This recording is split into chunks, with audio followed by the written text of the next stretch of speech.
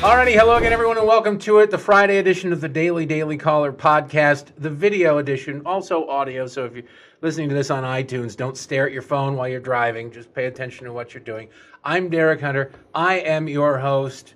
Let's get to it. We always bring somebody into our miserable existence on Fridays, and this week is no different. Please welcome back to the show. He was our first video podcast guest, President of Americans for Tax Reform, Grover Norquist. Welcome back to the show, Grover. Good to be with you. Your first time in our illustrious Very studio. cool, yes, yes. You can hear the rattle of the air conditioner up in the rafters. I wanted to have you in because of all the people I know in Washington, you have been, your political instincts and your connections and your experience are deeper than most people. And the election results, depending on where you get your news, you can get an impression one way or the other, pretty radical. It was a great day for Democrats. They took the House. Or it was a horrible day for Democrats. The Republicans gained seats in the Senate.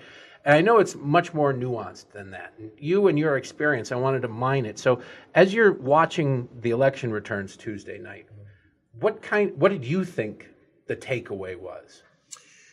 Well, we lost the House. We strengthened in the Senate. Mm-hmm. There were modest losses in governorships from Republicans having about 34 governorships down, 6 or 7 that we lost. And the number of state legislators was a fraction of what you would lose in a normal year. So it wasn't a wave like 2006 that the Democrats had going for them, or 2010 where the Republicans came back, or 94 where the Republicans came in with Gingrich, took the House and the Senate and swept governorships and state legislative bodies. Right. Democrats, there are 99 state legislative bodies because Nebraska only has one, instead of 100, which would be easier to remember. But the Democrats picked up 6 of those. That's not very impressive. So the wave that took the House didn't really have after effects and lower levels, because most people don't realize that the Obama administration oversaw the greatest gains for Republicans. It was the best thing to ever happen to Republicans at as far state as level, politics, across the board. Yeah, House, Senate, state legislatures. 2 years into Obama's first term, he lost 60 House seats. I'm sorry. 60 House seats. I said it right. That was a big deal. Yeah. Okay, we're talking about half that. Also, if you look at it, it was almost regional. Florida, no wave in Florida. The Republicans won the governorship and the Senate race. And if you want a state that looks like America 10 years from now, it's Florida. Older, more Hispanic, big cities, Miami, rural areas, agriculture, suburbs, growing state. It is America. And you saw Texas, the Republicans carried all the statewide offices. Ohio, you want a bellwether. Ohio was the governor's race state. Was a bit of a surprise. The governor, people thought he was behind. The governor won. The senator, Democratic senator, only won by 5 points.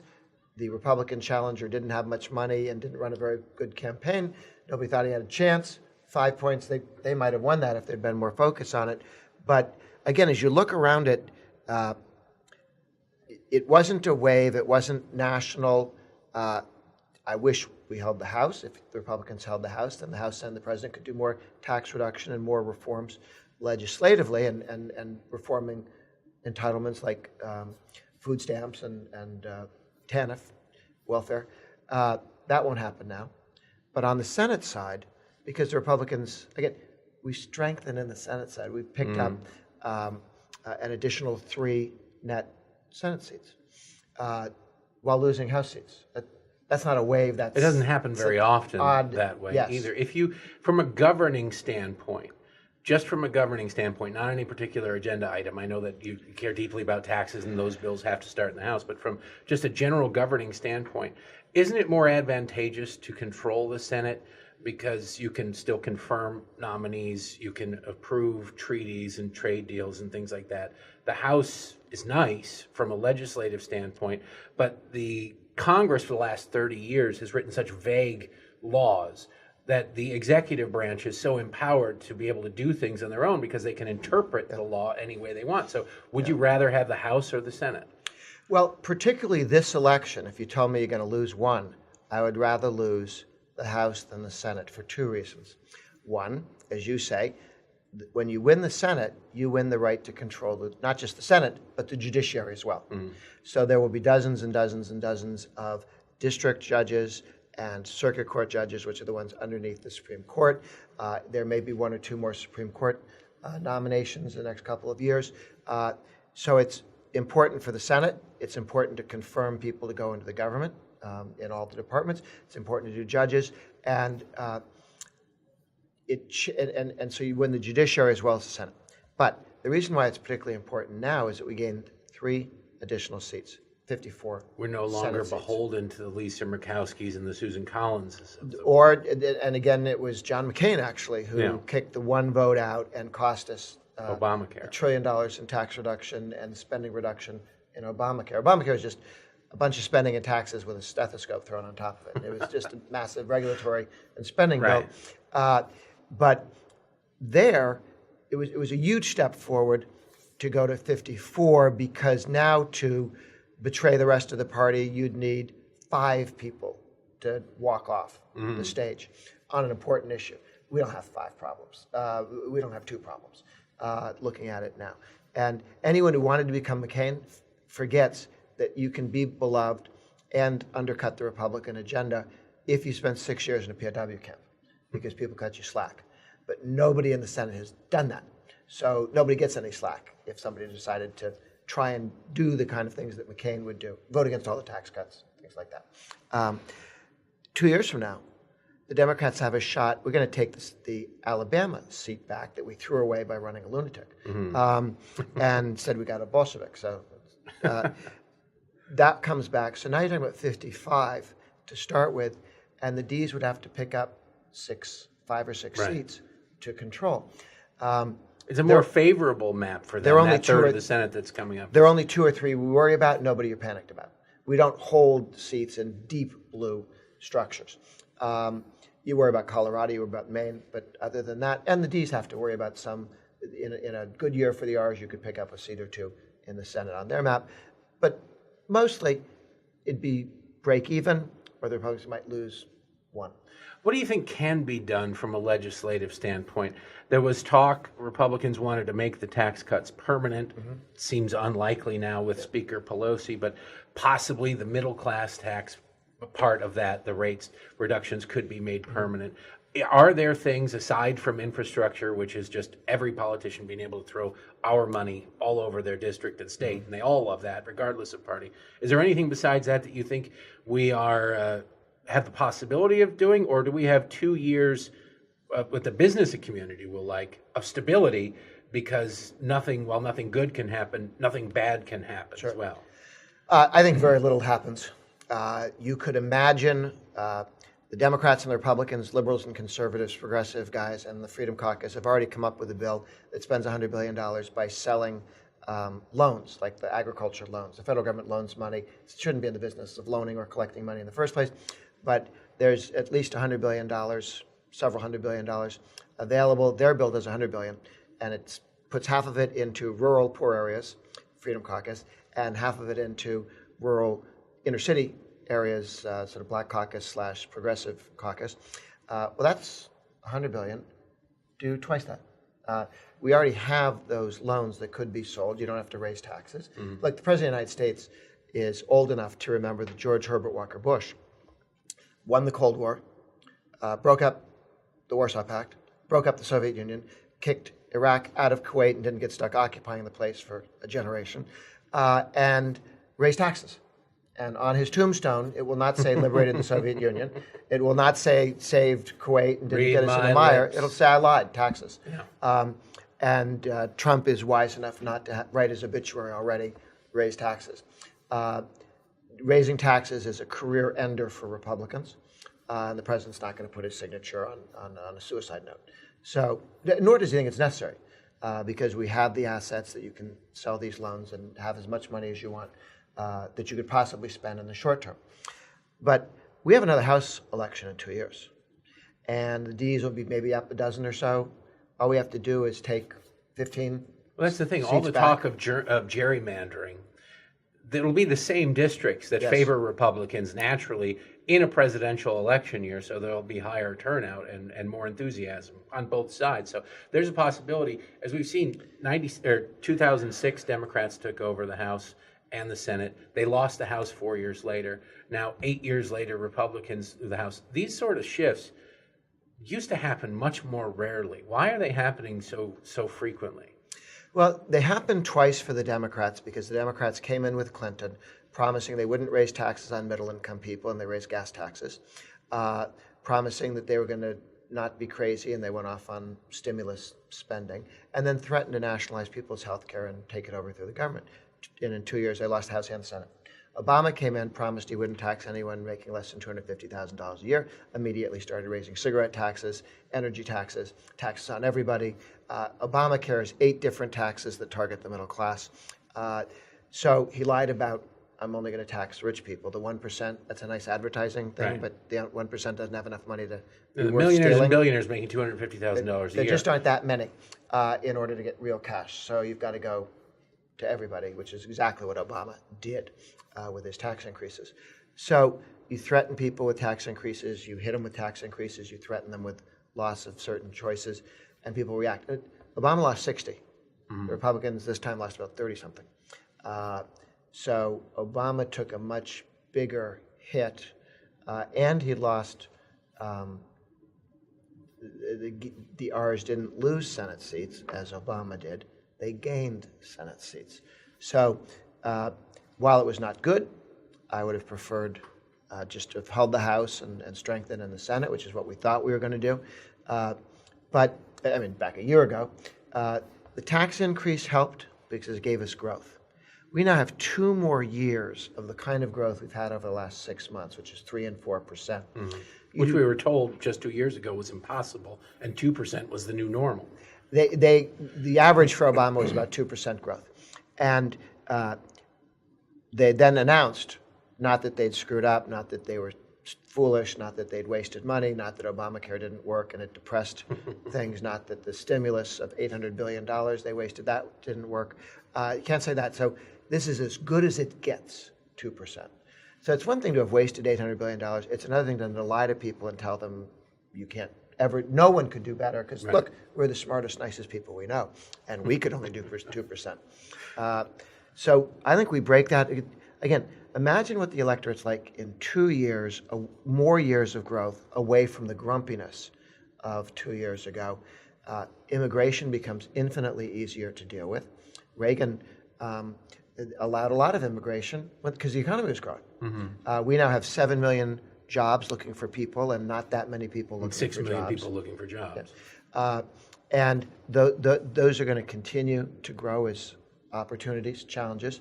So the lobby will not be just, could we do something about DACA? The kids who were brought in by parents at age 4, it's hard to be too mad at somebody who showed up in the United States at age 4, all they know is English and America, wanting to be a citizen.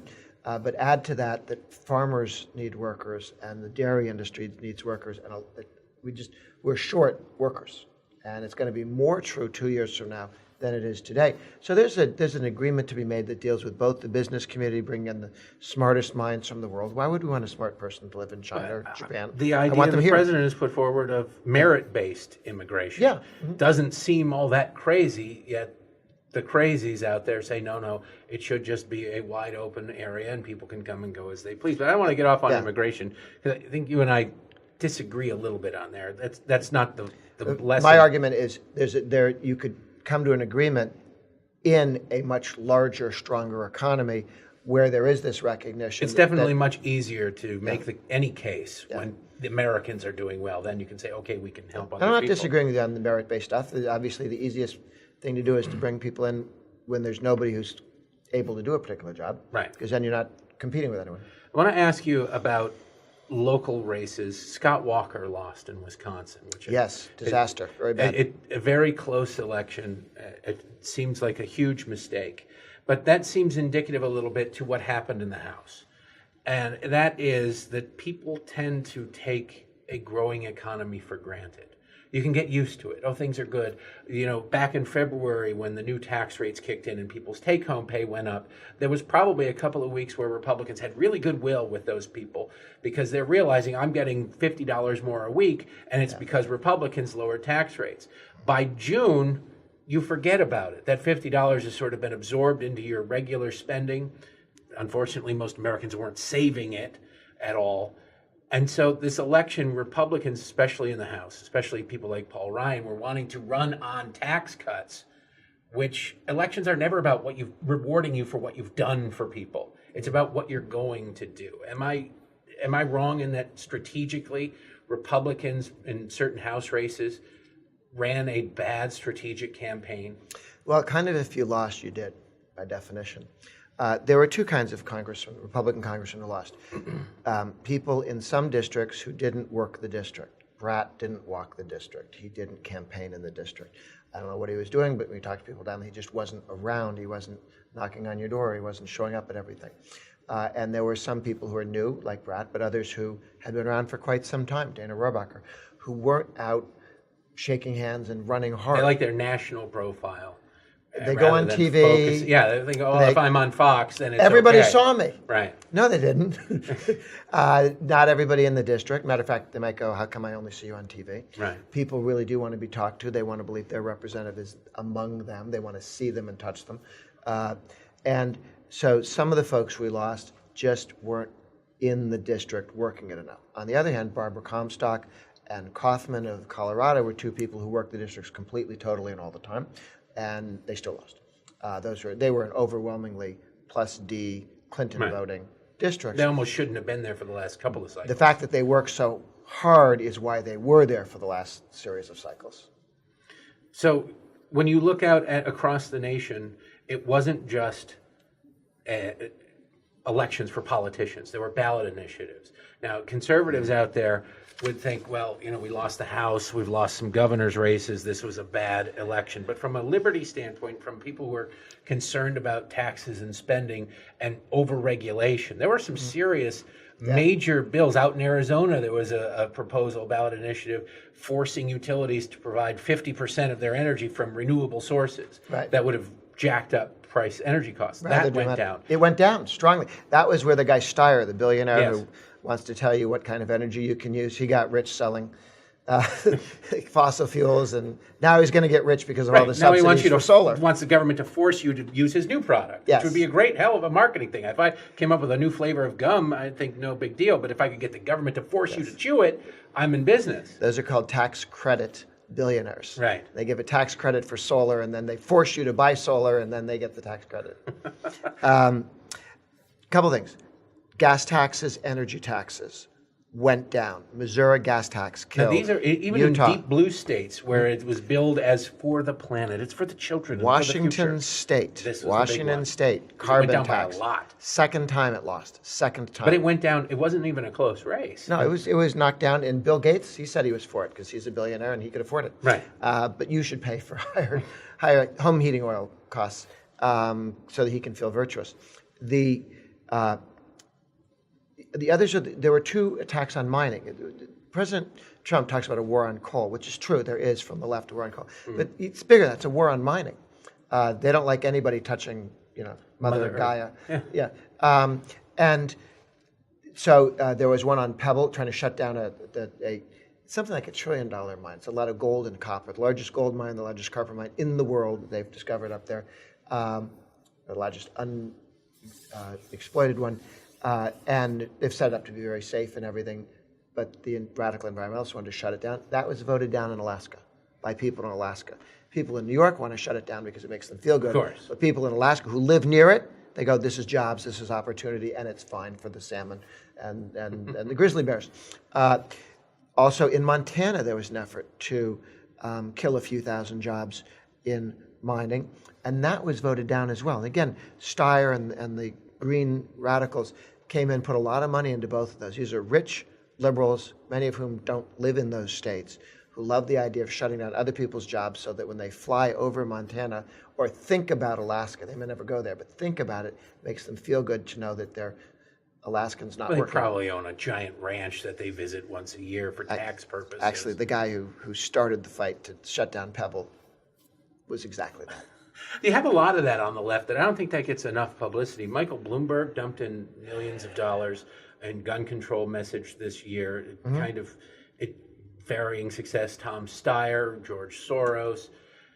Why do you think it is that the Koch brothers are portrayed as having secret horns under their head for wanting essentially people to be left alone? They're very libertarian. They're pro-gay marriage. They were pro-gay marriage before most of the Democrats today who swear by it as a virtue were pro-gay marriage. Yet they're demonized, whereas Tom Steyer and Michael Bloomberg are given halos by the left. There is a book entitled Only the Super Rich Can Save Us by Ralph Nader. Came out about 10 years ago. And it basically said the super rich, the billionaires, the multi-billionaires need to come in and buy the next election or next set of elections. It's the only way that we progressives can win. We can't outvote them, but we can Out-fool the people. out-turn out them, out-advertise them, which is what this election was. And at the time, this was poo-pooed and ignored because the liberals were still angry at Ralph Nader for costing them the 2000 presidential race. I'm familiar with this book because I am the bad guy in the book. And you're actually friends with Ralph Nader. Yeah. No, he Long-time gave me real my friends. copy. It's nice and signed and everything.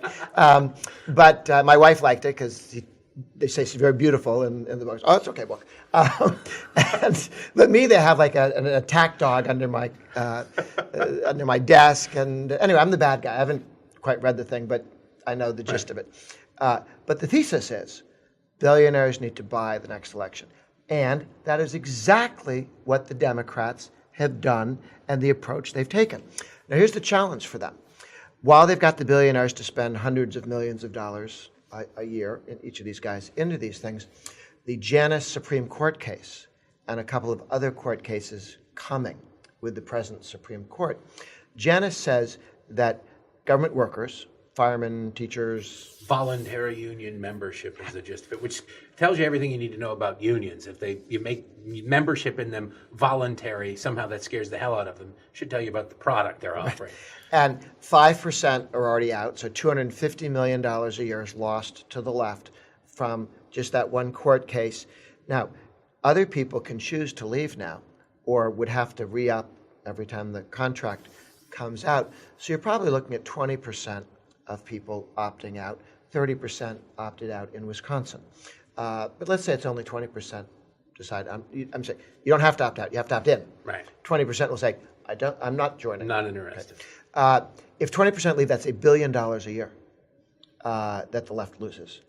And a year, per year. So all go, or presidential. 95% goes to Democratic candidates Yes. when they spend it on elections. So they're going to need to go to Bloomberg and Steyer and these other characters and say, we need more billions because we're losing $4 billion per presidential race, $1 billion a year.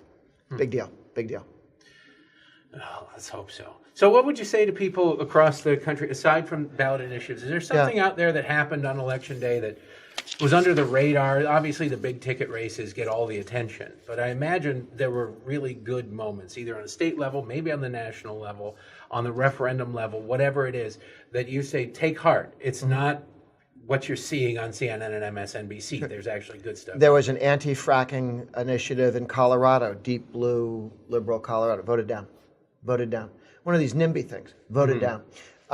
So there's a lot of healthy stuff going on at the state and local level.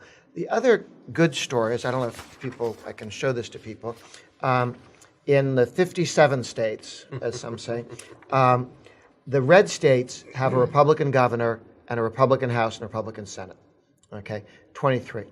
And there are, in the red states, 136 million people live in the red states. In the blue states, only 104 million. So more people live in complete, unified Republican state governance than in unified Democratic governance. This brings up a point that is now a talking point since Tuesday. The idea of the House popular vote, the Senate popular vote, it's an attempt to delegitimize the United States Senate. Say, look, Democrats get more people to vote for them, yet Republicans control the Senate, therefore that body is irrelevant. They're trying to do that a little bit after Kavanaugh with the Supreme Court because of the Senate again. Yes.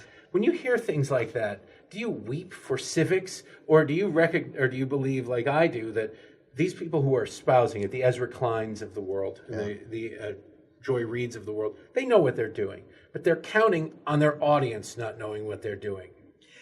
You remember where they claimed that Trump, if he didn't win, would say the whole thing was illegitimate, which is not true.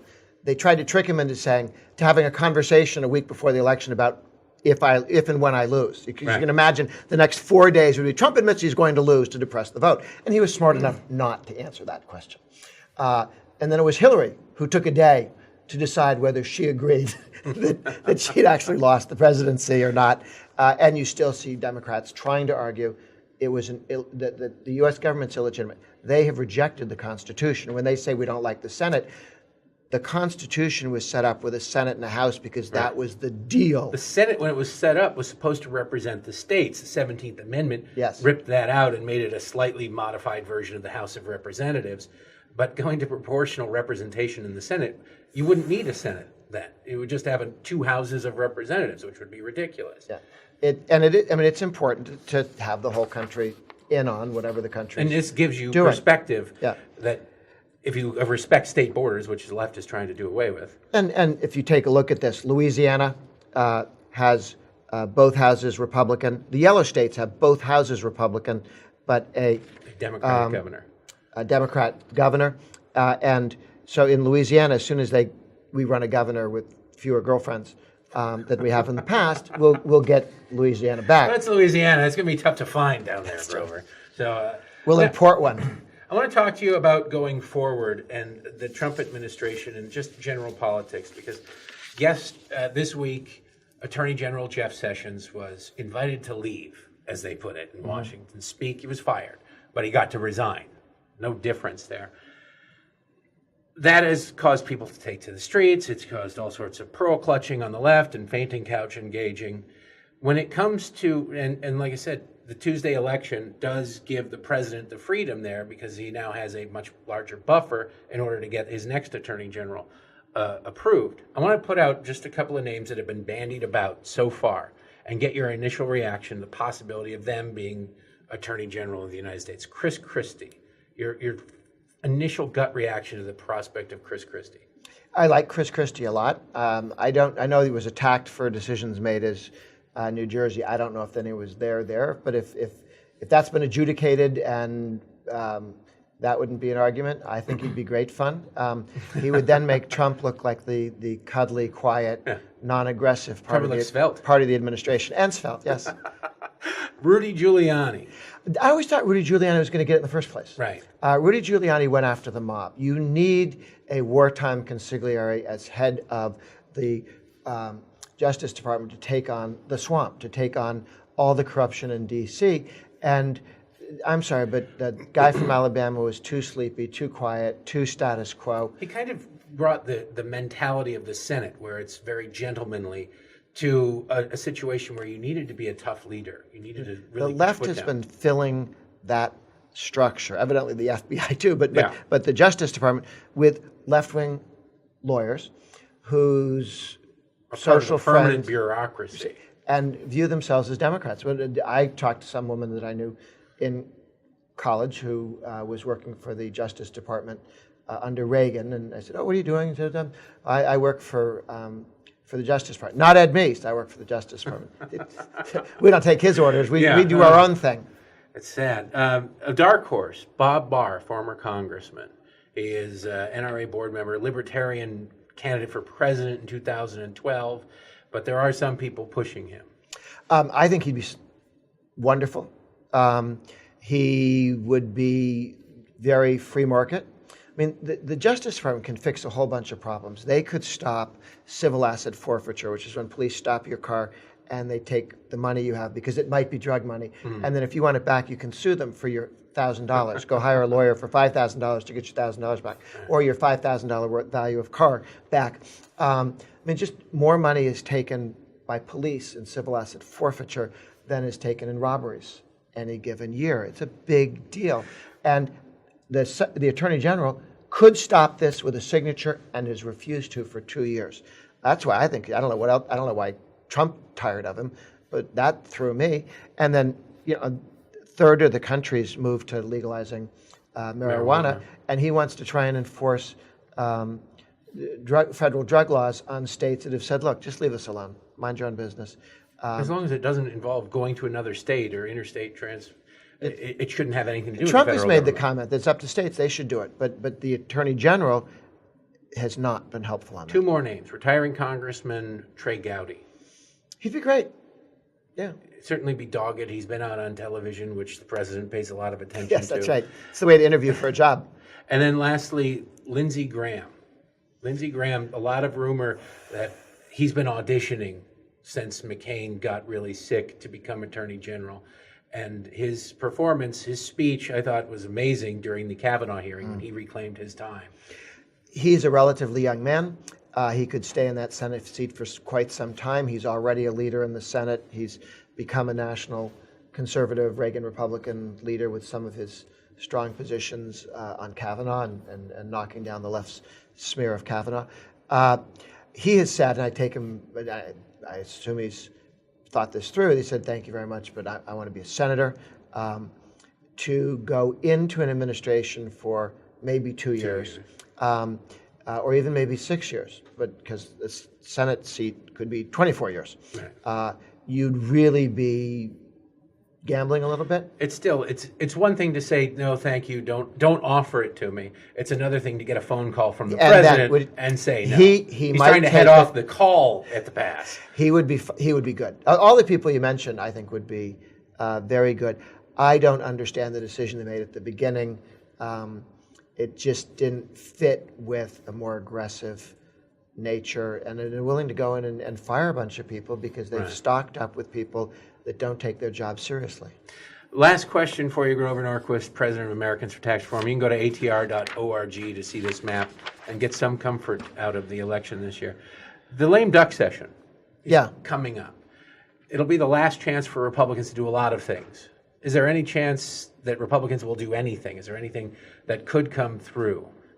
I understand because we want to hurry up and pass the treaty formerly known as NAFTA. We need one of those Prince little signals for it because U.S. It's like USMC or something like that. Yeah, YMCA. USMCA. That's not going to work. We need to pass that treaty, and it's got support, before a certain date when Mexico changes governments, and the Mexican government wants to do that, and Canada wants to do that. So I think we'll get that done. We'll go back in and do judges. No hurry exactly, except sooner is better than later. My preference would be to pass a law putting a cap on spending, further caps, or even going whole hog and doing a budget for the next 2 years and passing it so that if we don't agree to a different budget, we just govern from continuing resolutions. We'll actually have a more sane something budget. You fall to. Yeah, the left says we will give you no money for defense unless you give me everything we want, and if you disagree, then you've shut the government down. So why not pass a budget for defense for the next 2 years? Very interesting. We'll see what happens. Grover Norquist, President of Americans for Tax Reform, thanks for making the way. These are actually your old offices. When I worked for you back in 2007, 2008, this exact floor in this exact building were your offices. Absolutely. So it's like going back in time. It's like going back to your old high school to have you walking around here. How do you like it now? It's very nice. It's really cool. And it's a lot more open than we had it. We had a series of different offices. Yeah. So it's very nicely done. It's neat to see. Thanks for listening. Subscribe, tell a friend, all that good